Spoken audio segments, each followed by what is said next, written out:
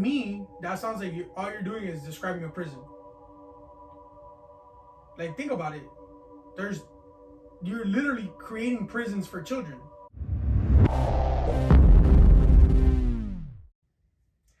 Welcome back to Meet the Strangers. We are back. Yes, we are. Back in action. Back to back. After a while that we really needed a hiatus after 2 episodes. Yeah. That says a lot about us. We had the Spanish pod, we had the English one, which thank you guys for all the love that you guys have shown so far. Yes. Thank you for the feedback. We've been taking that into account. We've had some meetings, Mel and I, into how we can make it better for you guys, a better product. Yeah. So we took like a week, school and work and just life in general. Mental health. Let's throw it out there. It's Mental Awareness Month. Yeah. Mental health was very important. And we had some differences. We want to show that we're not perfect. This partnership is not perfect. Oh, what are you talking about? Creative differences? Yes. Yeah, I mean, that happens anywhere. So, yeah, we might have discussed certain things. We didn't see eye to eye in a lot of them. So, we wanted to calm down, come to terms, compromise. And we're back. What is that? Retreat and regroup. I guess so. Yeah. So, we're back. We want to do the English podcast first, and then we want to do a Spanish podcast. Let us know. Yeah, let us know if you guys want us to do another episode of the Spanish podcast. We already have some things we want to talk about for the Spanish podcast. I'm thinking like there's gonna be like a live reaction brainstorm. We can talk about the Colombian election and what that means going forward. Oh, that was part of our discussion. No, that was your part. I had no issue with it, but we can definitely talk about that. So let us know if you guys want us to talk about the Colombian election or anything in particular that we can get to. Something that we feel passionate about too. Yeah. The Colombian election. Yeah, we feel very passionate. We feel very passionate. I feel like it's gonna be a very explosive episode between me and Melanie. I'm more in Spanish. You know how explosive I can be in Spanish. Yeah. So anyway, let's start out with the card. Yeah. And let's get back into the rhythm of things. The card today says, "What character would I play in a movie?" What character would you play in a movie? One. I'm thinking about yours. So, I feel like a movie that you might say that character. Also, I don't want to like impose my views of myself onto you, but like whatever. Say what whatever character do I feel like you could play in a movie? I feel like you could play a. I guess like a. My mind is like jumping to like just saying like you could play like a perfect like homeless drug addict. What? Just because I feel like you're very empathetic and you can do a very good job at like projecting and putting on a character someone else so detached from your current life, because I know a lot of actors struggle with like a character that's so close to them but not close enough, so like they kind of want to like play themselves but then it doesn't resonate well on camera, as opposed to a character where you really have to step out of your comfort zone and you really have to research so you can do a believable performance. And those actors tend to get the most out. You think of me playing a drug addict? I just think that you could step out of your personality so well. Opposite of me. Yeah, I think that you could do a very well job. Or somebody that is anti-drugs and so then what about me? Don't like drugs. I'm so shocked. So what about me? I was gonna say a character that's more like you, but like I guess no. I was gonna say, you're gonna smile with this one. The Godfather. Huh? Yeah. With the little kid that's now living with him. So, yeah. I would say The Godfather because, you first of all, you like that character. You love the movie. I'm not gonna fake confused. You probably already know the lines. So but I thought this would be a movie. Easier. I thought this was a movie that's going to be made, not a movie that was already made. A remake of a movie is always made. I don't think people would like a remake of The Godfather. It's just too perfect. I'm less with you, but you know. Well, I can definitely play someone in The Godfather, not fucking. You could be like the Scarface one.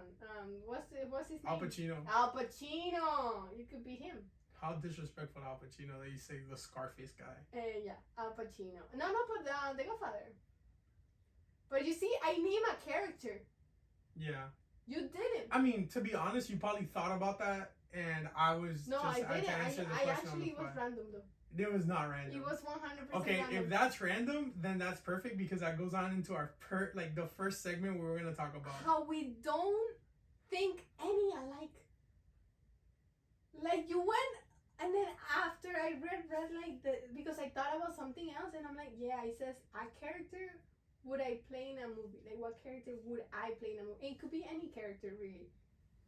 Yeah, you thought about this better than me. Syntax, bro. You need to work. I just thought about that on the spot, like. No, I know. I just think that if you put yourself in a role where you really have to step out of your comfort zone as an actor, you can get more out of it because that you're not. Be so you would have draining, you don't have to fight. You don't have to fight your own like brain into playing yourself. You have to play someone completely different. That makes it a lot easier because you're like, okay, I'm not me. I'm not Melanie. I'm like fucking whatever. A homeless crack addict. I wouldn't think like that. As somebody that took theater in high school, let me flex that. I would say that getting to somebody else's like skin or character, if it's so away from you, let's say I'm like what you say, like a drug addict or somebody that like is mean to somebody else or screams and it's so unlike me or unlike my character, I will have a meltdown after. You know about Euphoria? And Zendaya, she said she had almost a meltdown every time like they hit cut because it was so draining for her and so different to that her. That translates perfect onto camera. That's why she gives such a good performance. I could get a Golden Globe out of that performance. Thank you, bro. Always thinking about me and my success. Yes. Okay. So that falls perfectly with our first segment that we're gonna do. So it's true. You went random, but actually that's what I'm saying. That's what I'm saying. It's like fake. That's what I'm saying. It almost seems fake. It's not fake though. It was honestly. I promise you guys. I swear, it wasn't fake, and okay. I don't like swearing. Okay, so our first segment. Yes. So we had a little bit of a back and forth on what should be our first segment back. We're gonna discuss the other segment another day. Yeah. But for now, Mel brought a really good segment up, which is like the most patriotic movies that there are. Now, I know they're like different countries do different patriotic movies, as like Mel said with Braveheart. But we wanted to keep it to American. We wanted to keep it to American movies. You said no verbal interruptions, but 100% I can like half gesture that interrupt your speaking. Because I'm not technically interrupting. I didn't even see you do that. I was just looking at the camera. Your smile. I know, you're smiling at yourself right so, now. There's a mirror too. How narcissistic of you. Wow. Okay, continue. So, we wanted to do patriotic movies. Yes. And we each had a pick. So, we're only going to do one movie. We're going to briefly talk about what the movie is for those that don't know. I mean, most of us know these movies because they're in the social zeitgeist. And they're huge pop culture films, and kind of like why that's our pick. So I'll let you go first. What is your pick, and why do you feel like that? The pick was very difficult for me, and this idea, because it was mine, it came after Top Gun came out. Oh, so yeah. We watched Top Gun, and I was like, bro, like patriotic movies are very important for like American society. And in like a global spectrum of things, that's how we internationally see America. Like that's how America globalizes the world and sense power. Yeah, and sense the we're powerful through like Hollywood. Yeah. And exporting our culture. Exactly. And I was like, bro, this is fine. Like this is good. And I was like, what other movie was so big and it hit me so heartily that made me feel so American, and that I wanted to be American, and that was Captain America: Winter Soldier. Not only Marvel is one of the biggest production companies in the world right now. You mean Disney? Yeah, Disney, because Disney bought Marvel, but like Marvel in general. That I was like, bro, Captain America. First of all, I have a crush. A crush on Chris Evans. Yeah, Chris Evans. I love Chris Evans. Boston, go go go. But more than that, like the simple fact that he was a regular, a nobody, that went to like the military, gets big, works on himself. So we take a regular man and make it like German would say an Uberman, like this Superman that could do anything and super like strong. Hey, is that what your dad is? A German? No, an Uberman.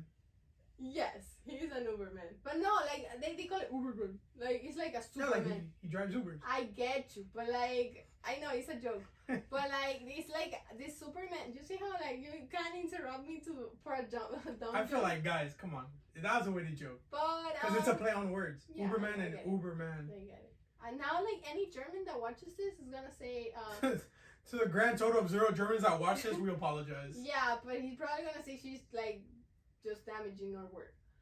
But yeah, so it's that movie because it shows how strong America is and how weapons work in our favor to save the world. Wait, are you thinking of Captain America, the first Avenger, or you're talking Winter about... Soldier, I mentioned it. Are you in this conversation? Yeah, but with you me? said that he goes to the army, he gets big. That's not in the Winter Soldier. No, I'm just giving background on Captain America. Okay, but that's Captain America, the first Avenger. Yes, but like at the same time, And Captain America, the first Avenger, I feel like I'm has just to do more. Is a more patriotic film because he goes to fight in World War II yes. and he kills Nazis and Red Skulls. But how does it come about to go to World War II? The Because he Winter was a Soldier? regular man.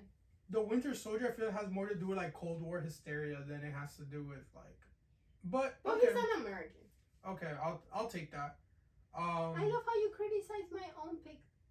No, I mean obviously we're here to discuss things, right? We're not here to just like let you speak. Like it's not like a. Yeah. But I mean I'm not mad at it. Like I don't think that superhero movies. I think they have the capability of being patriotic, but I'm gonna go with a more Real movie. not a real movie because those are all real movies. I'm gonna go with. I was torn between two, guys. I'm not gonna lie. I was torn between Cheating. two. No, but I'm not. I'm only gonna talk about one. Okay. So I was torn between The Patriot with Mel Gibson and my actual pick, which I'm gonna speak about, which is Forrest Gump. Came out in 1994. With Tom Hanks. Mm-hmm. So to me, while it's not rah America, it kind of gives you a history It's like a of song. America from the 40s, well, from the 50s to the 90s. Mm-hmm. And it kind of like is the song "We Didn't Start the Fire" with what was his name? No. The guy that made Piano Man. Oh, Elton John. No, go. Piano No, Man. no, it's not Elton John. What? Which one? The one that goes. Bro, for sure Elton John has a Piano Man song. I think so. Yeah, you're right. He does. No, but when that goes, Bro, I play the really- song, your piano man. Google There's a it. song Google it because I think it's Elton. We Billy Joel. Billy Joel. Can you Google it? Now I feel self-conscious. Can you Piano Man by Elton John to see if I'm crazy? If I am, I'm sorry. Billy Yeah. Joel, Piano Man. Piano. So it's kind of like the song "We Didn't Start the Fire" by Billy Joel. Oh, you should listen to it. It's kind of like Forrest Gump in song form. Yeah, it gives you like a rundown of like American history in a really catchy song. So that's kind of like how it epitomizes the American ideals of and it does a lot of whitewashing of events, even though it does cover some of the real world problems like the Black Panthers, anti-war movements, racism when it came to desegregating public universities and schools. Like it does tackle that, but obviously it's a light movie, it's a family movie, so they can't really explore that topic and really show the negative sides. They kind of touch on everything. They'll mention it a little bit, but then they'll move on to the rest, and it kind of because shows. pretty much it goes with the plot of him Yeah, exactly. It's the about him force. more than like Exactly, and it just so happens that he's in America. all these important like Events. world events. Exactly, like the man in the movie, he goes to Vietnam, he becomes a war hero, he saves like 5 men of his platoon, including his Lieutenant Dan. Uh, he gets awarded the Congressional Medal of Honor. So now there's two Medal of Honors you can get, right? There's the Congressional Medal of Honor and there's the Presidential Medal of Honor. Either way, a Medal of Honor is the greatest, like the greatest medal you can ever receive as an armed force member. And the Congressional Medal of Honor is above the Presidential Medal of Honor. The Presidential Medal of Honor means the president recognized you himself. He read your file, he read your story, he approved it. Congress obviously have to approve the Congressional. So he wins the Congressional Medal of Honor, meaning that he is like that guy. From the Vietnam War, he represented the army because they gave out 5 medals of honor for each of the 5 branches. So he got one for the army, and then this man gets somehow lines up in the wrong line and ends up in a anti-war speaking engagement. So like all across the what is that, the Washington Mall, like now he's being asked to speak against the Vietnam War just like mere hours after winning. So it just, the movie highlights that. I feel like that perfectly highlights the sense of patriotism on both sides, where it's like he served his country, he saved the lives of his own men, including his commanding officers. Like so pro-war, yet so against. It's not necessarily the pro or the against the war. Yeah, it's just kind of like where America stands for. So America is very much like it was his patriotic duty to give potentially his life, his body, because he got shot for his country. Safety. But then it also goes to highlight how, as an American, you can go from that to criticizing the government and criticizing the war, because in reality, these Vietnamese farmers that are taking arms against you were just doing that to protect their country. Yeah. Like the United States was there to impose capitalism on a country that didn't want it. So that, I feel like that movie just perfectly highlights also it seems so fresh. I have watched like Forrest Gump, but you like have it to the T right now. Like it's like you watched it yesterday or something. Yeah, I watched it while I was at the gym. Oh, that's right. And just how that was, I feel like that was kind of like while you were running, a sequence of scenes. You were like thinking of yourself, run, Janelle, run. Yeah. I got that sequence of scenes of Forrest winning the Medal of Honor, and then stepping into a Black Panther party, and the guy in the Black Panther party, he's a very aggressive individual who's very strong in his convictions against the war and against the oppressive government. And even though the movie makes him out to be like dude, chill. Yeah. Like when this guy Melanie, he's like has veins coming out of his neck, ranting to Forrest. Forrest is lost. He's just looking at Janet. So he's just like looking at her. And this man is saying like, we do not support any war where black men have to go fight in a country that oppresses them. And I'm like, he's speaking real shit. Like, speaking wise, he's on point. But it's just like the movie kind of makes it out to be kind of like, oh, he's just an angry man. Like, he needs to chill. They wanted to throw it out there, but very subtly. Like, yeah, exactly. They didn't want to like get on your face because it wasn't Forrest that was screaming it. Exactly. That would have made it in your face. Exactly. That's what I was thinking. That's a really good astute observation. Whoever made that movie, do you know who made it? Who's the director? Yeah.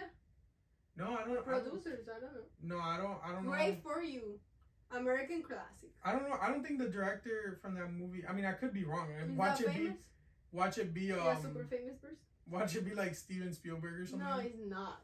No, it's definitely not. But yeah, the director was Robert Zemeckis. Okay, Zemeckis, great. I don't even know if you're pronouncing Let me see. it right. He wrote.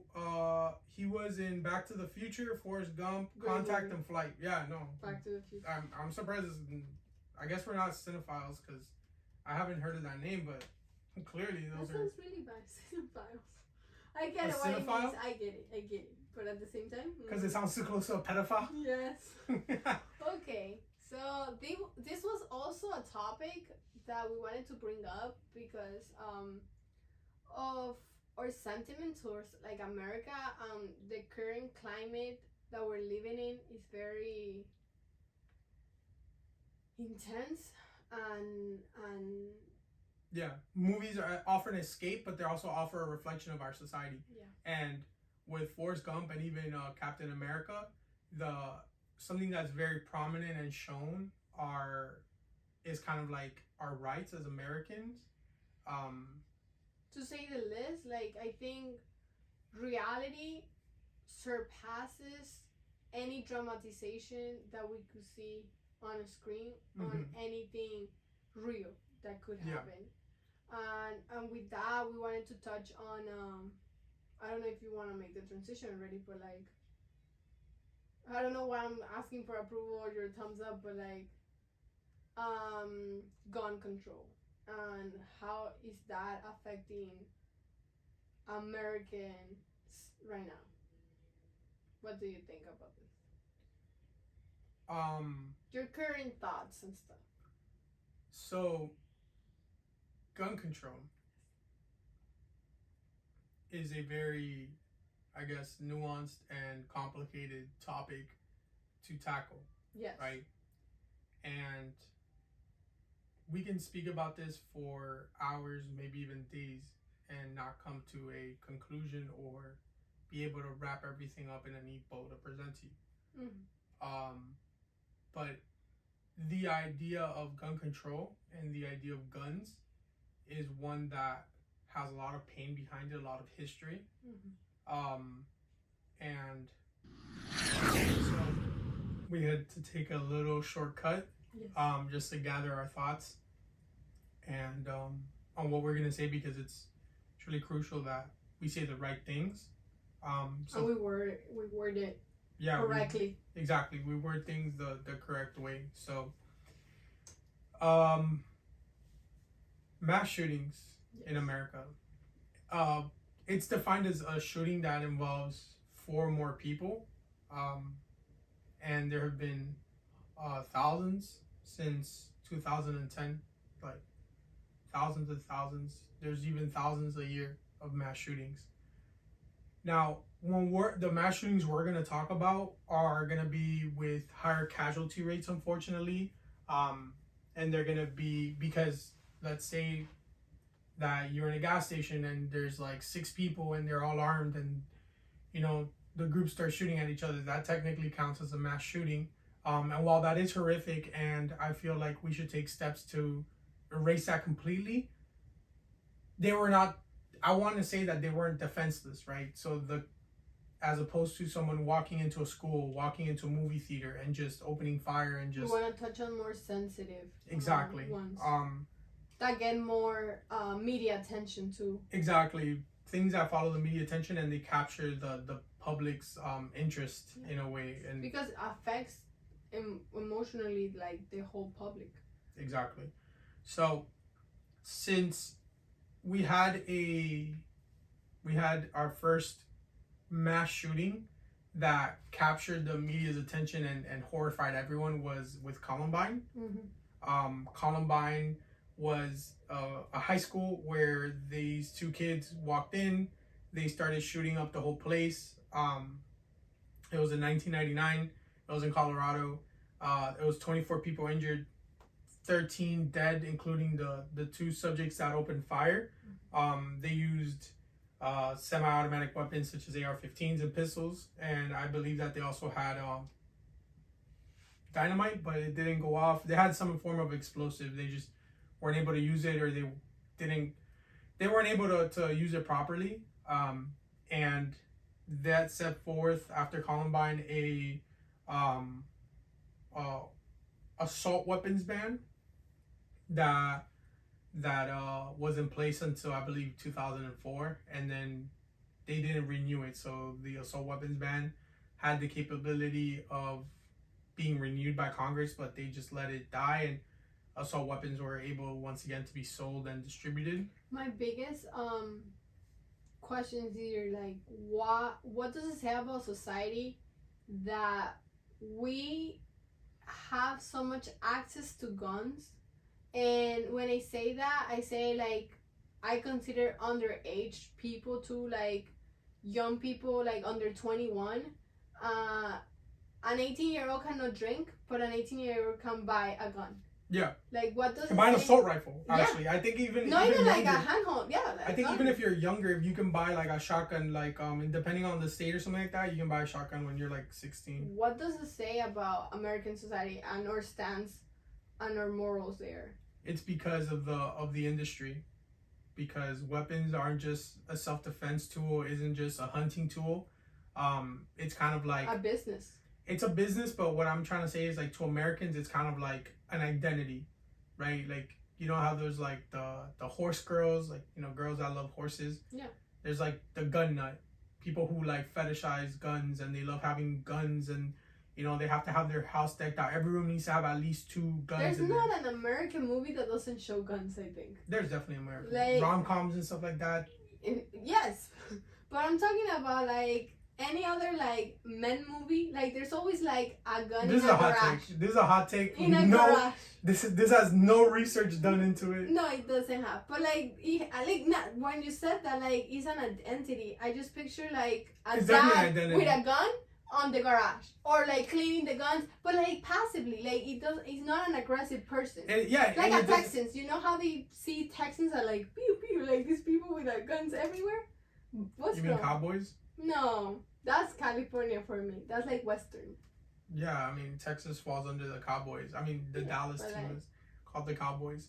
But just with weapons, it has been turned into, well, gun manufacturers, right? They have a marketing scheme where they presented guns as a way of life, as like that's your identity, that's who you are. They follow your politics. They hold it because of freedom. Because when you think about it, back in the day, in the 50s and the 40s, whatever, a gun was something that you had.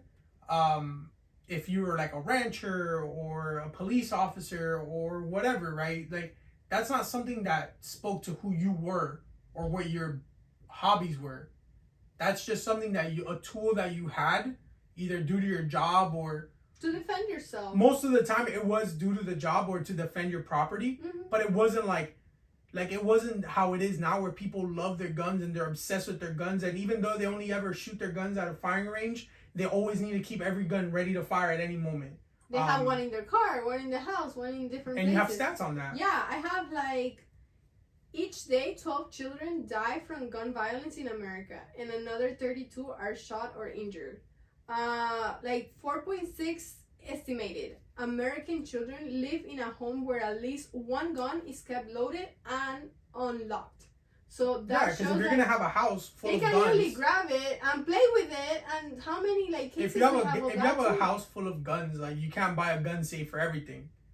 And that goes back to self-defense, but that's been propaganda and marketing that have been perfectly played by the gun manufacturers to get every American the guns. There's a famous movie with Nicolas Cage, the Lord of War, where he says 1 in 13 people in the world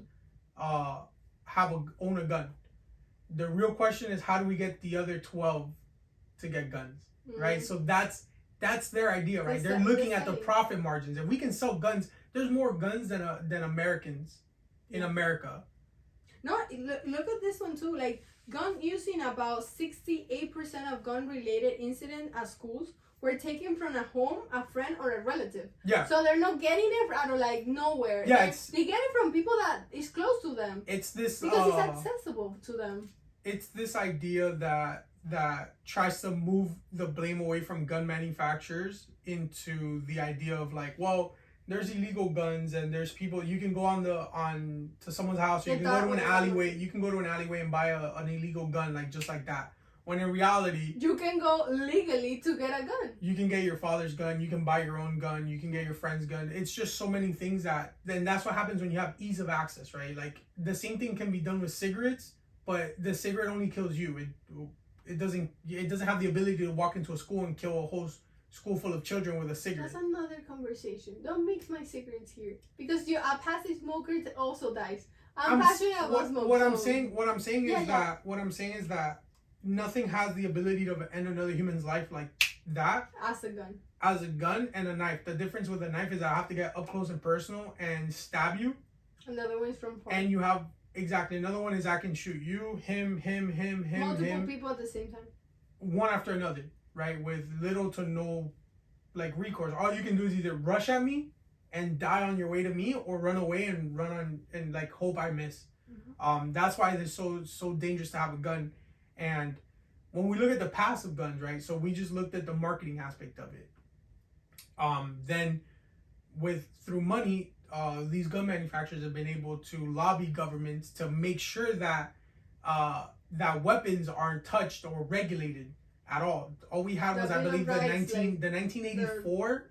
I believe the 1984 assault, the automatic assault weapon ban, where in the United States you couldn't buy a weapon that's automatic that was made after 1984. So any weapon that was automatic before 1984 you could, but since obviously supply was already limited due to the fact that you couldn't make new ones, those guns became very, very expensive.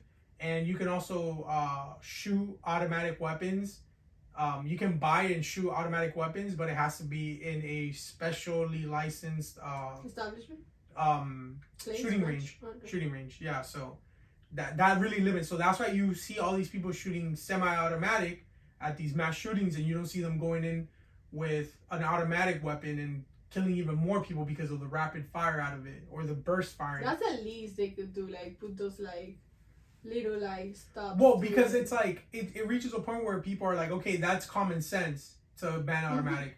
Okay, so how is it not common sense to just ban assault rifles or semi-automatic? Which are they banned? Semi-automatics are not banned. There you go. Semi-automatic means every time you pull the trigger, one bullet fires. Yeah. But there's ways to turn a semi-automatic gun into an automatic gun through bump stocks. So it's kind of like a stock. So when you put it, it kind of has a spring. So when you hold it, the recoil is gonna push the gun back, but then the spring in the stock is gonna push it back forward. So it shortens the time of the like recoil. It causes your finger to almost like, without even noticing, you just like, it just causes your finger to pull it. And yeah, like the gun is kind of like this, and it's just firing. So it speeds up the amount of killing that you can do with it. So coming from like a note there, like coming from like the second world's like more violent country, I'm still very shocked about the level of guns that we have and how this shooting comes about.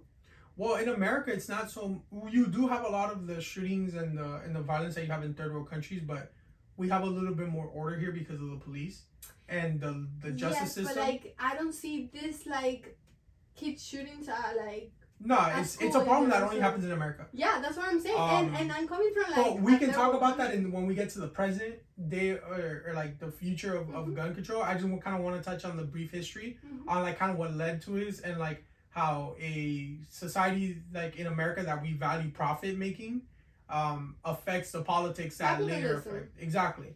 For a lack of better words. So these gun manufacturers, right, they lobbied the government to not regulate guns at all. So for many people, the first thing that you guys think about when you think about guns is the Second Amendment, right? Yeah. So the right to bear arms. The right to bear arms, and then don't take it away as part of a well-regulated militia. So in there, so when you read the Second Amendment, it actually states as a part of a well-regulated militia. So, what are some of your thoughts on that? Like, on the Second Amendment, like how do you feel about that? I feel like I understand how people come from the standpoint of like you cannot disarm the public because they have the right to have it and to defend themselves in case of a government anything that is going against their beliefs.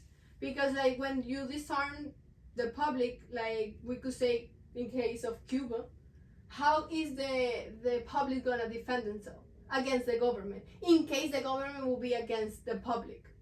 So that's why I think the public hold on to that. That's my thought on it, coming from outside the United States. You know where my point is going? So a regime that you don't want or something, okay, I get it. But at the same time, don't we believe in our government and our check and balances for us not to get to the point of us defending against the government with guns? Can we just like legislation, democracy, like voting for somebody isn't that enough for us to get our way? Do we really need the public to be that loaded with like guns and everybody bearing an arm and having one at home? You know. So let me read to you the Second Amendment, right? It says, a well-regulated militia being necessary to the security of a free state, the right of the people to keep and bear arms shall not be infringed, right? Mm-hmm. So what that pretty much says is keeping a well-regulated militia to the security of the free state. So you have to remember, this was written in 1777. It was ratified in 1778. For the Constitution was actually in the 1780s. But so you're taking into account the era and the time that it was exactly. written? That is not the modern times. Exactly. The War of 1812 had not happened yet. So many things that the founding fathers could never have predicted. And even they understood that the Constitution should be updated and changed. But the fact that we still rely on the Second Amendment, something that was written back in the 1700s, to dictate our lives, like they never would have imagined. Back then, they had muskets. They didn't even have a chambered barrel. So like like when you fire a weapon, it's like there's grooves, right, that go in a circle. It's a spiral. So as the bullet goes, it starts spinning. So as it starts spinning, it creates more accuracy because it starts staying to the center of gravity. You know, so when like something spins. They were not even that accurate. The guns at the time. It was muskets, right? So the bullet would actually jump up and down in the barrel while it would shoot out. So even though, like, let's say that I'm aiming a musket right at you, like obviously right here is point blank. Yeah. But if I was far, it's not even far. Like if I'm standing over there and I'm aiming at you, it depends how the bullet leaves on what point is it bouncing, because it's bouncing like this all over the place. So even though I'm aiming straight at you, the bullet can go somewhere else. And then in the Civil War, that's when the barrel started becoming more spiral and we started becoming more accurate with technology. Then we moved on to the semi-automatic pistol, the semi-automatic rifle, the fully automatic rifle, and then with the AR-15 and other similar guns that are modern day, we have things that are extremely accurate, can fire high intensity bullets. And if we go back, that's the founding fathers didn't know this. I'm sure the founding fathers wouldn't have written that. The founding fathers had slaves. If they had slaves, they couldn't even. That we have right now. The founding fathers couldn't even envision a world where all people are the same. They wrote, we all freed men. Like they couldn't picture an African American being a free man. Well, they couldn't picture property. There were free African American men, but they couldn't picture all of them being freed. They couldn't picture like machines doing most of our labor. So there's these things that they could not have counted for the Second Amendment. And for a large part of American history, the Second Amendment was there, but it wasn't as on the forefront of people's ideas until, like I said, the lobbying from the gun manufacturers reached the tipping point where they had so much political capital where the Second Amendment was invoked and stated that like guns could not be more regulated because that would infringe on the Second Amendment. They always bring back to the Second Amendment. The Third Amendment, I believe it has to do with quartering of troops, yet we never speak about that because it's not relevant to modern society. Because think about it, the U.S. Army wants to, let's say that they're running drills in some backwards, it's like some random town of like 300 people, and they don't have a place to stay. So they're like, hey guys, do you mind if we like put like one troop per house? Like to you, you're just like thinking, I was like, yeah, I want to support the troops, sure. But in reality, that's just as much of a constitutional, like breaking the Constitution, as like saying I can't, like the government telling you can't say whatever you want, or like you taking your guns away. Yeah, we don't think about that, so we think it's like it's common sense, right? Common sense takes over, and you're like, yeah, I don't see an issue with that as long as I consent to it. I don't care. But the amendment doesn't allow for that. And so we go back to this thing where the history of it has led us to this point where guns are plentiful, they're easy to get, and it's hard to regulate. It's hard to regulate because Americans feel very passionate about that. I mean, It's not even, because 80% of Americans are for a universal registry. Yeah, for universal registry and background checks. Mm-hmm. Yet some people even like touch on like psychological tests and exams. Yeah, red flag laws, like that, which are some of the proposed solutions to it. But it's it's popular. American people want it. Also touch about I don't know about you, how like powerful the like NRA is in America. The NRA is this group that's funded by gun manufacturers. And it's this like institution that's how they do the lobbying. Bullies us. They're the when I say lobbying, when I say weapon manufacturers and even defense contractors that sell the weapons to governments, they're like, they don't lobby individually. What they do is that they put their money in the NRA, and then the NRA lobbies for them, like on their behalf. And on top of that too, the NRA takes patriots that love their guns as part of to show an organic grassroots movement. So they mask where the money's coming from actually, like, it's simple. It's just a fucking lobbying group. It is one, and also like guns is one of those things that I don't know if Americans talk about this because I don't talk that much with Americans, but at the same time, we know is what I mentioned before. This is not like a secret because of war dogs and all of this. Great movie. Yeah, it is a business to America. We sell internationally weapons. We sell weapons to the Middle East. We at the same time we arm the world. We arm the government and then the rebels that are fighting the government. Exactly. We arm the world, and then they're like, where's this arms coming from? And by we don't mean Americans. Americans, we mean the government. Because no, and not even. the NRA. No, yes, the government let this happen because of the lobbying. The government allows happening. it. The government allows it, but the government's not making any money off of it. No. It's these companies, these private companies. They're the ones making money off of it. But also our government is making money out of it because of lobbying. I know there's like lobbying laws. Well, lobbying doesn't make the government money. They make the politicians money. The individual politicians. And who's the government? The politicians. And it's weird it's because like the people. Because we'll talk about this another day with lobbying and like, but you can't just give money directly. I know. Because that's bribery. Yeah. Lobbying is a little bit more complicated than that. Wait. Like gifts and things. Favors and giving to their re-election campaigns. Cousin. No, well that's still bribery. Yeah. To the re-election campaigns and stuff like that. But weapons have just reached the tipping point in America where if anyone wants to, they can just get a gun. And like what's stopping Americans is just their sense of dignity or their sense of like not wanting to commit crimes because they're not evil human beings. Yeah. But if anybody wanted to, we would have a school shooting almost on a weekly basis. I think if Americans wanted to go crazy and with the amounts of like guns that we have in our houses, it would be like The Surge or something. What's the movie? The crazy movie of like everybody going against each other. The Purge? The Purge! Yeah, it would be... I will go back to Venezuela. At that point, I think I will be safer. But Venezuela... But Venezuela is actively, like, the Purge. Like, this is a theoretical United States where, like, we could be in the Purge, but, like, if you actually go back to Venezuela now, it's the current Purge, yeah. Like, the only difference is that the Purge only lasts, like, 12 hours. Venezuela's like 365. Yeah. Yeah, that purge never ends. The Forever Purge. They came out with that movie recently. So bad. But to the present day, right? Mm-hmm. So we have Columbine was 1999. It was horrific. We had a shooting in 2004 in Virginia Tech. It's actually the third.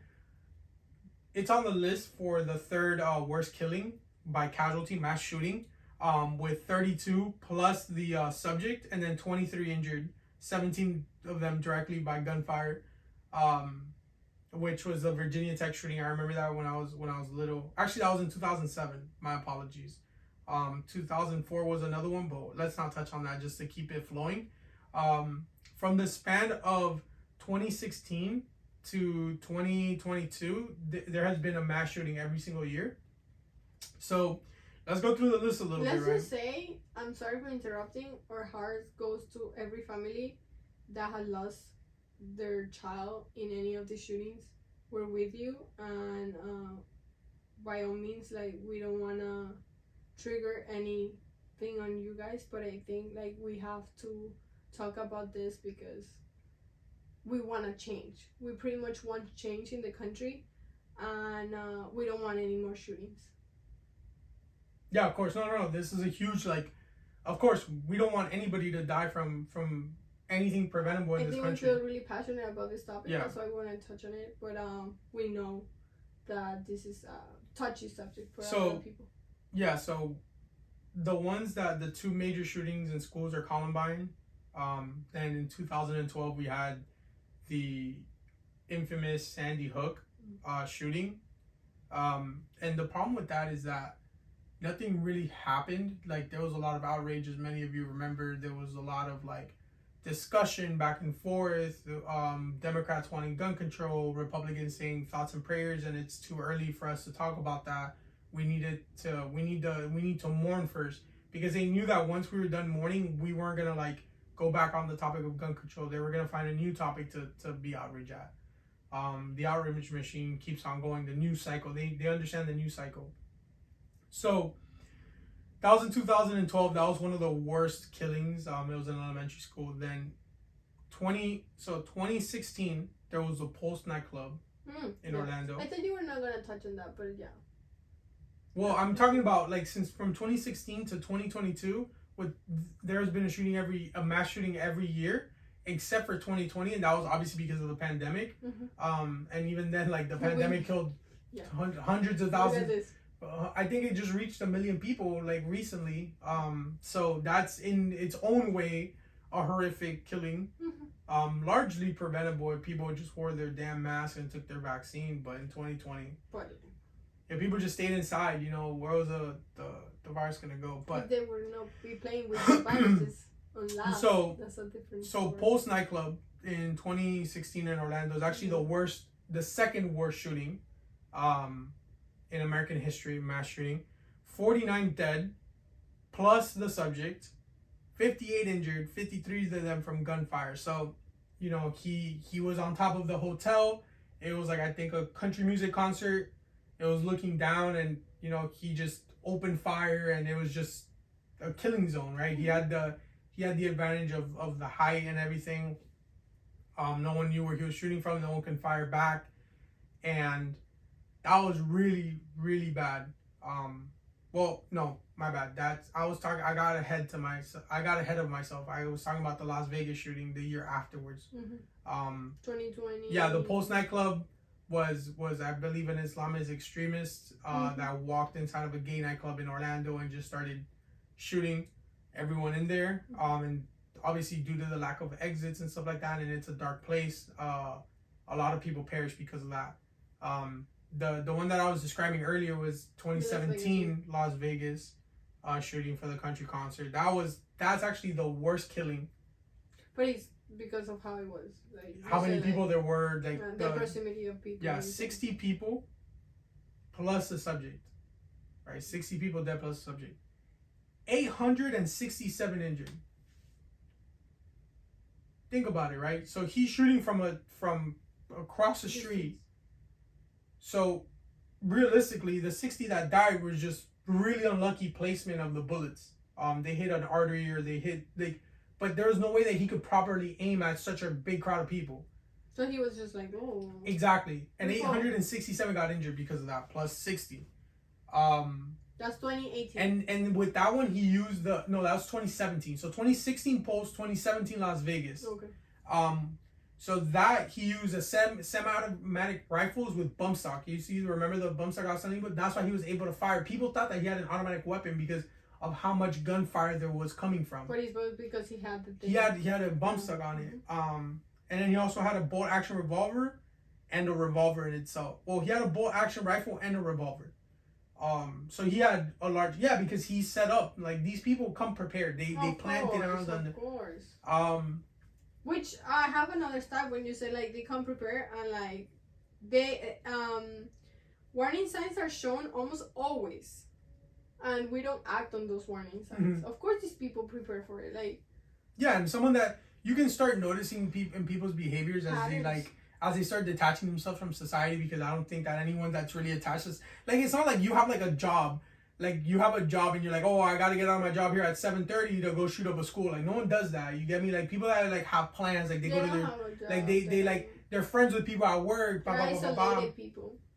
They have plans with their friends after work, or they'll like go to the gym and be like, oh, then I gotta, after the gym I'm gonna come home to go like to a bar with friends. Like, oh yeah, he didn't talk to that many people. Yeah, he yeah was shy. He didn't leave his house in the last 3 months. Like, things like that. Now the people that I described that go to work, they have a great time at work, or like, you know, they talk with friendly at work, they go to the gym, they have friends afterwards. Those people could commit suicide, and those are the people that the people that you don't tend to see they're hurting inside. But those tend to be more like self-inflicted, of like shooting themselves. I mean, there's people that don't, obviously. Like, most people are very much. But what I'm saying is that you don't really notice them off necessarily. And I know you mentioned that. You said that like someone that is always saying that they're gonna kill themselves rarely ever kills themselves. Yeah. It's the person that you never suspected. You're like, what the fuck? Like, this person was so happy. But when it comes to mass shootings, it's a whole different mentality. You know, they're detached. They have resentment towards society. They have resentment either on a religious level or around, that's why around even as like lines. somebody that's studying like psychology, I push towards like getting a psychological test, because 100% we could see patterns on these people. Yeah, it's just, and it always comes down to either a hatred of society, either on ethnic lines, racial lines, religious lines, or underlying bullying that hasn't been addressed by the school or like by a grown up. And all of these shootings that we're mentioning can be classified in either camp. Either mental health issues, like that go along with the bullying, or they just hate, like they hate minorities, or they hate Islamic people, like they hate gay people, like, you know, they have so much hatred that they just want to kill a large amount of them. But you're literally touching on another problem American society have, which is like, as you also said, it is a mental health awareness month. I feel like we also lack a lot on the mental health department and access to treatment for mentally ill people. No, a lot of mental health facilities don't even take insurance. And all this ties in with how we control guns. Only 55% of psychiatrists take insurance. It's the lowest out of any doctor. You're telling me people that suffer really, really badly from mental health issues can't even if they have insurance, they have to pay the exuberant cost out of pocket? That makes no sense to me. But that's a conversation. That's a conversation for another day. Yeah. This is back. So we're going 2017. Then in 2017, there was another shooting. In, I don't know if you remember, in Texas, there was a black church. So in there, so the one that happened at Vegas was more mental health. The guy was suffering from mental health. This one was more around racial lines. It was a white kid that went inside a church, killed 26 people, and then injured another 22. Then 2018, we live here in South Florida, so we are very close to the one that happened in 2018, the Marjorie Stoneman Douglas or Parkland shooting. That one really shocked and rocked the world, just because, think about it, at this point, there had been Sandy Hook, there had been the Pulse, there had been Las Vegas, there had been the Texas shooting, and now it's back to a school. It was a high school. That hit hard on my family too, because one of the kids was Venezuelan, and literally the parent, no, this is for real. The parent said, I'm sure Cubans died in there too. No, but listen to this. Literally, he said, I left my country for violence reasons, and I come to this country because I thought it was free of this, and my kid just died because of a violence act. Yeah. That hit hard, because my family said, like, we seek asylum and all of that for violence issues in my that man must have felt like there's no escaping it. Exactly. Like, it was like destiny for like a loved one to, like, you would have stayed in Venezuela or like and it was a student from the school. He suffered severe mental health. There's a YouTube video that breaks down his post-shooting like arrest investigation, and the kid is just scumbag. He's on trial right now. Is that the red-haired guy? No, the red-haired guy was actually from 2013. Another mass shooting that happened in Boulder, Colorado.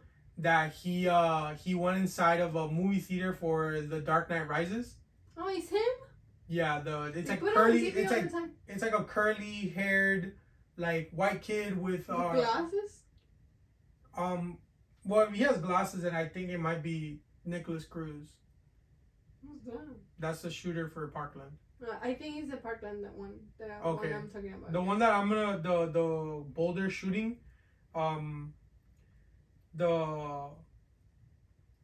he has like kind of like curly like colored hair. Let me see. Look right here, this guy. No. No. That's actually from 2013. It's crazy how we like have so many like we get confused with the people like with serial murderers from mass shootings. Like the other one dyed his hair red too. I don't want to say it, but I want to notice how like most of these people tend to be the same race. White. I mean, I don't want to say it, but young and white, yeah, and they tend to be the same gender. Can we talk about how men have issues? I don't see any girls going to kill any other mass. That's true. Body of people. No, I know. I had thought about this as a feminist. I like to bring that up every time they're like, "Oh, we're better." I'm like, "You guys have problems," but that's something else. So 2018 was Parkland. 20 men are suppressed. That's a conversation for another day, honestly. 2019 was the Walmart El Paso shooting. 23 dead, 23 injured. The guy was captured alive. So that man, I hope he rots in jail. I'm always against like killing someone right then and there, or even the death penalty, right? Like as soon as possible. They should suffer. Like they have it's an easy way out. Exactly. It's an easy way out if you kill them and that's it. They don't have to pay for the rest of like unless you believe in the afterworld, but like they committed their crimes in the mortal world.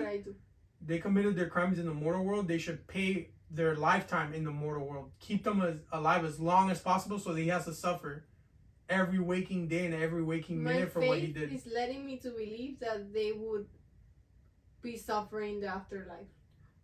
I'm sorry, it wasn't Boulder, Colorado. It was Aurora. That's right. It was Aurora, Colorado, the movie theater killing, and it happened in 2012, the same year, actually after the Parkland shooting. So we had two that year.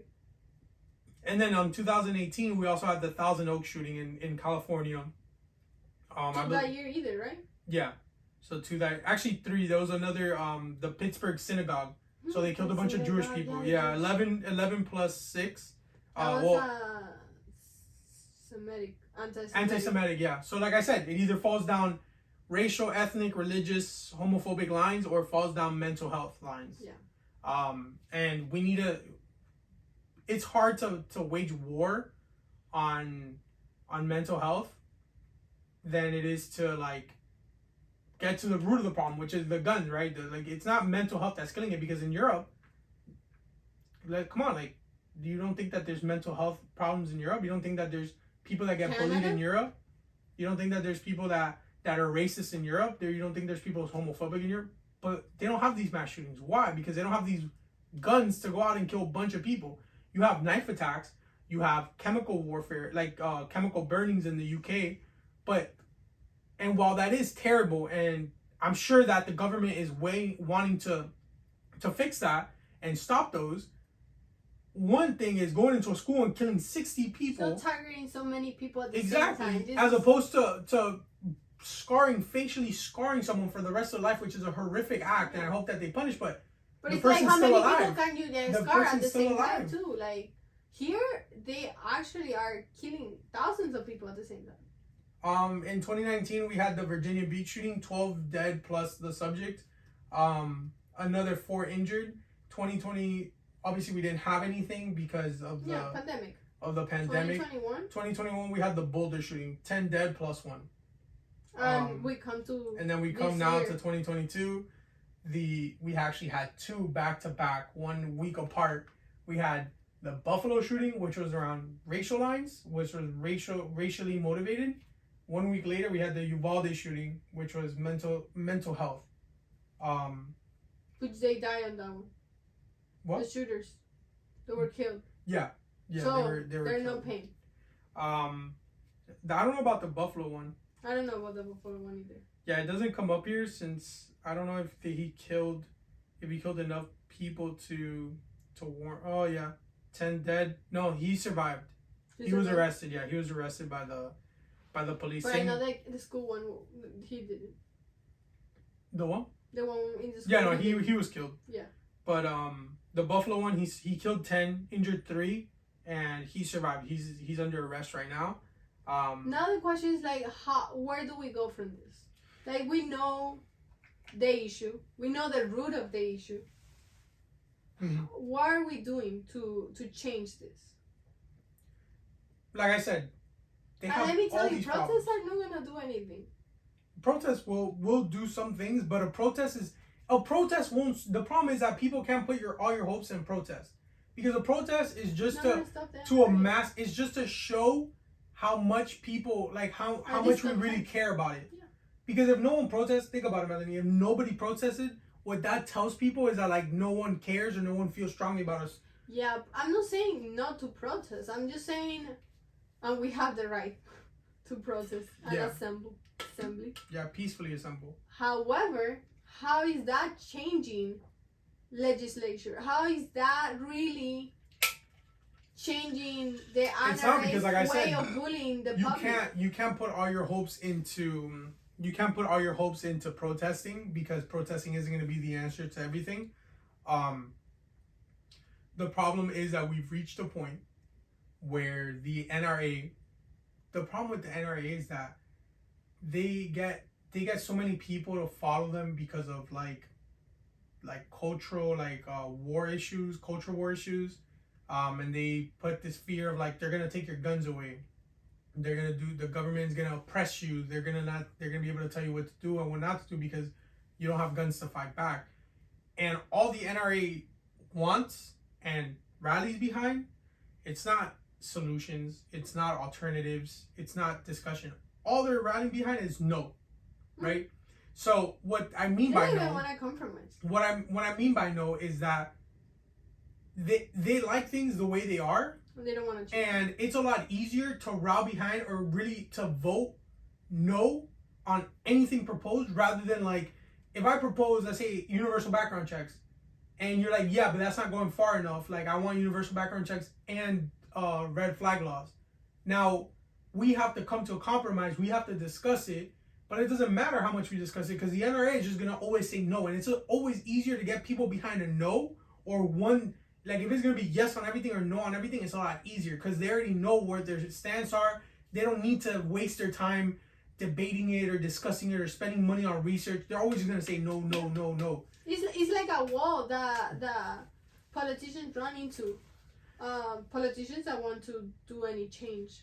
Yeah, and just the American people, you get what's called blackpilled, which is kind of like you realize that you're pretty much useless, like you're powerless. There's no point in doing anything, so you're like, why even try? And I feel like all these mass shootings are kind of like blackpilling America because so many people have just been like, these shootings are gonna keep happening, and these politicians don't want to do anything, and there's not. Like I went back to my original thing. There's 81% of Americans are for universal background checks and a national registry. Yet Republicans are the minority, but they have an equal amount of power in government. Yeah. So proportionally, they have more power. Yes. Because of the NRA. Well, because the NRA is just an organization that lobbies government. But I've got an organization that have a lot of money. But at the end of the day, the politicians are the ones that vote. It's not because of the NRA. It's because of the politicians they're selling themselves. That are Republicans or even Democrats that don't want change and they want to take the lobbying money of the corporate dollars. So that also says like, who are we electing? Yeah, 100%. It's 100% who we are electing. How responsible are we holding them to that? Because lots of times, politicians will just hide behind their constituents. They'll say, well, I personally am in favor of background checks, but my constituents, they do not want this. I have read countless emails. My office has gotten countless calls about how they do not want to pass these background check laws. And in reality, when you look at it, maybe 2 people reached out, yet they have $9 million, like Ted Cruz received from the NRA. Yeah. So they'll hide behind their constituents. So it's up to us, the constituents, to send emails, call them, and run for public office if we need to run for public office. Because, yeah, for sure. Because if we think like they're not doing a good job, then can you do it better? And if the answer is yes, and even if and that's the thing, sometimes it's not even about winning. It's sometimes just to show how dangerous an upset public is, because luckily we live in a country where we're developed enough, we're stable enough financially, where political turmoil isn't as severe as other countries. So like how in Colombia, if a youth that's very like distraught with the government and they want to see change, their only options is to join a guerrilla.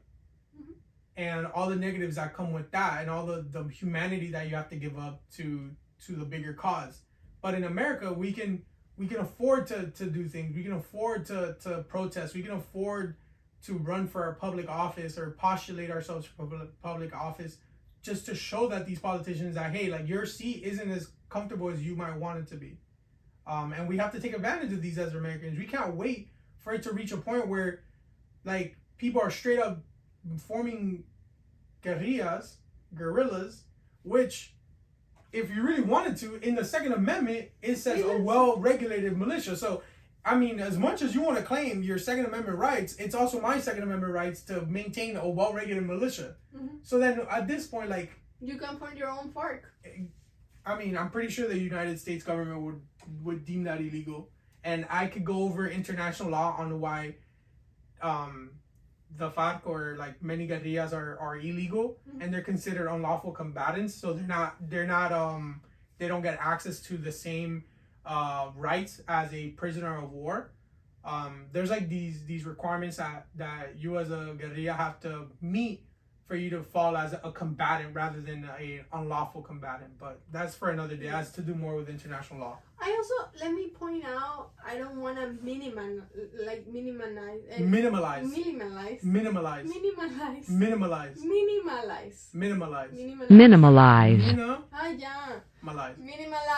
any of these events, but at the same time, I feel until it doesn't happen to you, it doesn't hit us hard for a lot of Americans.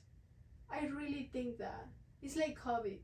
Like, people didn't believe in it until it really affected them. Yeah. People were like, no, this is fake. This is a hoax. This is and this. Then they get in the hospital. And then their grandparent died. Or their parent died. Or their kid died. Or any really close relative dies. And they're like, oh no, this is for real. Same happens to a lot of these shootings. Like, they're like, guns, they're fine. We like them.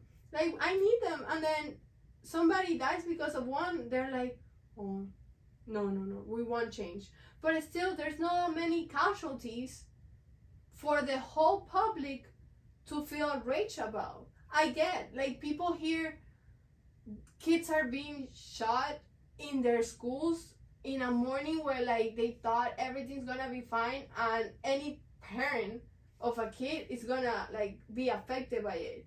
But then they go about their day like nothing happened because they're seeing their kid. And they're coming back home, and after a week, it's like, let's go back to our regular jobs or routines. So until it doesn't hit hard to everybody, I'm not saying we need so many shootings, no.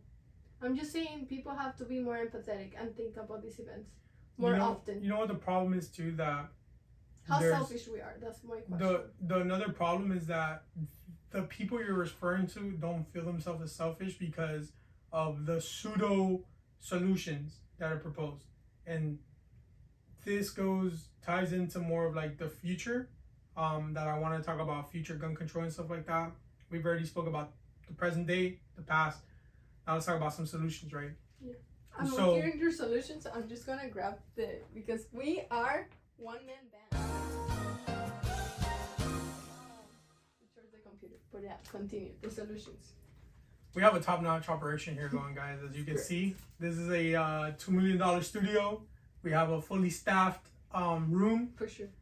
But this goes to solutions that are going to be happening. And the problem with that is that the people you're referring to don't feel like they're like that because they offer themselves solutions. Now, these solutions are half-baked, not really genuine, bad faith solutions proposed by the NRA and other groups and just right-wing groups in general on how they can solve gun shootings or like mass shootings. And after every mass shooting, you run through the dialogue tree of like, it's too soon to talk about this, thoughts and prayers. Then they'll get into, well, if anything, this should show you that, we need armed teachers in school, or we need more police officers. So that just goes to show you, right? So this is a very like neoliberal way of like looking at societal problems, where it's like like how neoliberals are like the solution to capitalism is more capitalism. This is like the solution to gun violence is more guns. It's like how in Spanish you say son pañitos de agua tibia really doesn't solve the problem, but it just puts a little like band-aid on it. Not even. It wouldn't even be a band-aid. It is a little band-aid. Because they're like, the immediate problem was like, if I see somebody coming to school, just shoot them back. Like, if we have a police officer in school, like, just shoot them. But most school like, shootings have had school resource officers. Yes. Which they have police officers. They either get shot first. No, they either get shot first because obviously the person attacking the school knows the school. Or they're incompetent. Or they run away. No, because that's the thing, Mel. You can't blame them necessarily. I can't blame them for running away and being human, because they're like, that's a human that's a human instinct. That last one, the last shooting was very that was an incompetent police force. Yes, and they said it. But the solution to that they're giving is having more school because usually schools have one resource officer. Like, if he's one guy versus a heavily armed guy with Kevlar vests and semi-automatic machine guns and pistols and stuff like that, he's gonna obviously be like, yo, I'm gonna die if they try to like. And yes, it's all about self-preservation. Your sense of duty comes really high, but you can't blame the average police officer for not having like the call above and like willing to die. The police officer, to me, is not even like a viable solution. You can it's put not. a marine That's there. what I'm saying. You could put any like. You can put Superman in the school. And that's what I'm saying, right? So then they go, okay, well, more police officers isn't the solution that we should give. We should have like armed security officers or even military, like National Guard, whatever.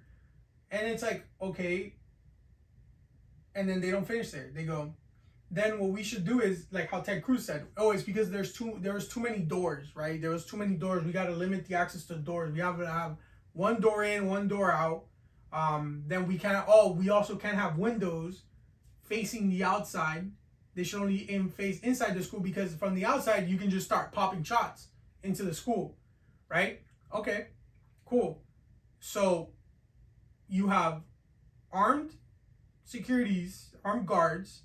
You have one way in, one way out, and you don't have outward facing windows. Why are we changing buildings, people, and amount of people hired with more guns instead of changing the real problem? Why are we not discussing, like, why do we want to do all these things? It's so easy to just like change words into a document, and that would change everything. Well, that's kind of what we're trying to get at right now. Yeah, we just need words in a document and people following the law. That's it. That's easy. So we have armed guards. We have one way in, one way out. Like, these are conservative solutions. We have one way in, one way out. And then we don't have outward facing windows. To me, that sounds like all you're doing is describing a prison. Like, think about it. You're literally creating prisons for children. The school already feels like a little prison. Yeah, but imagine if it actually looks like a prison as well. Like, it kind of they're gonna have barbed wire. What are they gonna have? Barbed wire, dogs. They're gonna have fucking a watchtower. Like, they're gonna have like the playground's gonna have to be inside by fences or covered by walls so they don't shoot inside. Like, You're literally turning a school into a prison if you're giving them their But way. it's not even school. Shootings happens everywhere. Like, are you gonna do? But the biggest one, because the Buffalo shooting came and went. Haven't you noticed that? The Are Buffalo you gonna, shooting kind of came and make went. It a was a church supermarket. a The prison shooting like that stayed around too? was the school shootings because they're children. They're defenseless children. And defensive like club goers and defenders. No, that's not what I'm church saying. goers. What I'm saying is that when this discussion comes about, unfortunately, People have to bring comes this more up. often when it comes to school because there are children and they're You feel more defenseless. sensitive about it. Exactly, as opposed to a place where it's mostly adults. And it's sad, and I wish that didn't happen that way.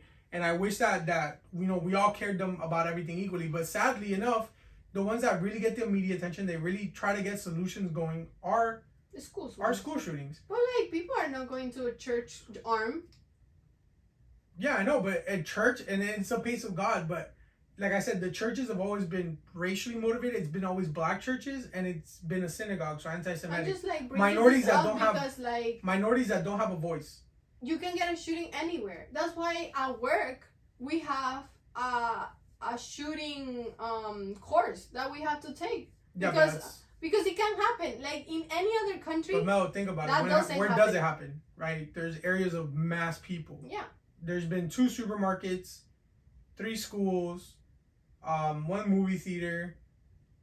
So although people are and politicians tend to want be- solutions for schools, this happens. That's why the root of the problem is not like.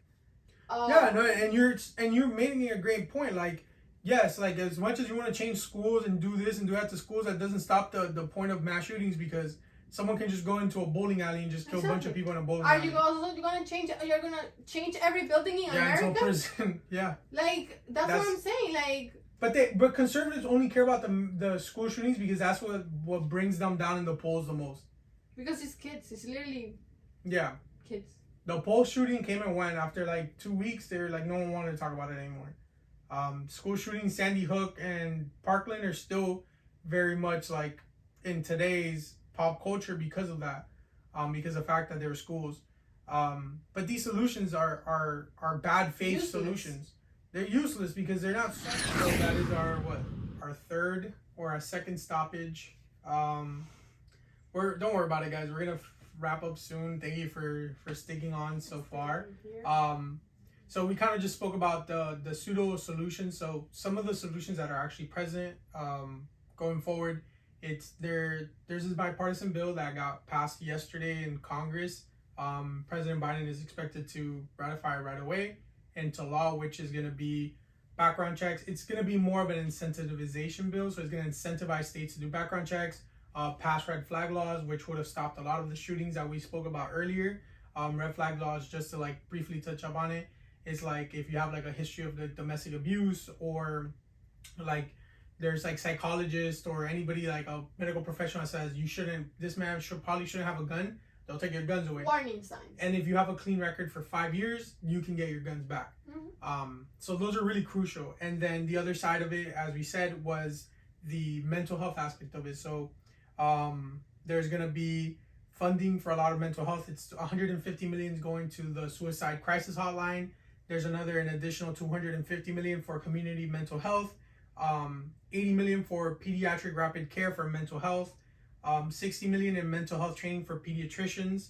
Like you see, like even then it's focused more towards school than, because that's where the attention lies. $1 billion for safe schools and citizenship education, with 500 million set aside for school-based mental health grants, and then an additional 500 million for mental health professional development. So ideally what we want to do is obviously put as many psychologists or mental health professionals in schools. Yeah. This is getting, like I said, it's bipartisan, so it's getting love from both parties. Like Mitch McConnell and Chuck Schumer, from the Senate, agree with it. Nancy Pelosi agrees with it. So and Biden said he's already going to ratify it as soon as it gets his desk into law. So this is pretty much a formality at this point. Yeah, which is a really good step in the right direction into preventing this from happening in the future, and being able to hopefully one day be able to mark the 50th anniversary of the last school shooting that we had in America. For sure is a step in the right direction, but we have to do more. I think we should pass more bills and get more of these like laws established in the government. Yeah. I feel like even though this is, like I said, a step in the right direction, as long as the AR-15s are still being continued to be made and sold, this still poses a threat to any high concentration of human beings. And this is honestly coming from someone that I really like guns. You do? Yeah, I like guns. Like, I'm not a gun nut. Like, I won't be able to tell you exactly when a gun was made, but I like shooting guns. You know, I've been to the shooting range a couple times. I've shot an AR-15. I shot an AK-47. I've shot multiple pistols, revolvers, like things like that. And I think that there's definitely an enjoyment that comes in a hobby that comes from shooting guns. They do look cool. They feel cool. It's an adrenaline rush. Also, the self-defense aspect of weapons, that you do feel safer when you know that, you know, if it does come to that, you are able to meet another person on that level. Cannot relate on that. Have you ever shot a gun? No. Exactly. Mm-hmm. You should go to a shooting range. It's fun, but you see the difference between my dad had a gun. Shooting a weapon in a shooting range where there's professionals, there's gun safety that's being followed. Everything there is safety. Yeah. As opposed to just selling an AR-15 to just anyone that wants one and go do whatever you want with it. So there's a huge difference, right? In a gun, in a shooting range, there's a lot of regulation. We need that regulation to come forward in other aspects. I'm okay with them banning guns, and you can go to a shooting. I'm okay with that. You're okay with that? Yeah, I'm okay with them banning guns, and the only shooting you can do is in a shooting range, because, like I said, it's safety, it's well controlled, well regulated. I'm okay with that too, because I don't like guns. Unlike you, like I have seen them. Like I told you, like my dad had one. And he always like said the responsibility of having one, and he had his registration and everything. However, I never had an inclination towards them, and I don't think most women do. I think once you actually shoot one, there's plenty of women that like guns. Plenty, but I would say majority. I don't think. I think it's a masculine thing. Not saying like girls don't like it. I'm just saying like as majority, I don't think most girls have shot guns or anything like that. So yeah. Well, I mean, you should really experience shooting a gun. It's definitely an adrenaline like feeling experience. You feel powerful, but yeah, it's with power comes responsibility. Okay, Uncle Ben. It is true. So that pretty much wraps what we had to say on gun control. Thank you for sticking through it. I know it wasn't like the lightest of topics. It wasn't like the easiest pill to swallow. But I feel like, you know, we just have to be objective when it comes to things. Like I said before, like last week's pod, we have to be analytical. We have to be open-minded, and that with that comes being able to challenge your own views on things. And I just want to thank you guys again. Continue giving us feedback. Next week's podcast is definitely going to be on a lighter note. Yeah, we understand this one was long, but I think we needed the time. Yeah, we didn't really joke to really talk about this issue, because it's a social issue, and yeah, every once in a while, you know, you have to make your opinion known. But for sure, the next one is gonna be on lighter, fun. Yeah, fun. We don't want to be like why you should hate your life on segments. But thank you guys. You know, later. Any comments you wanna give us, please do so on the comment section.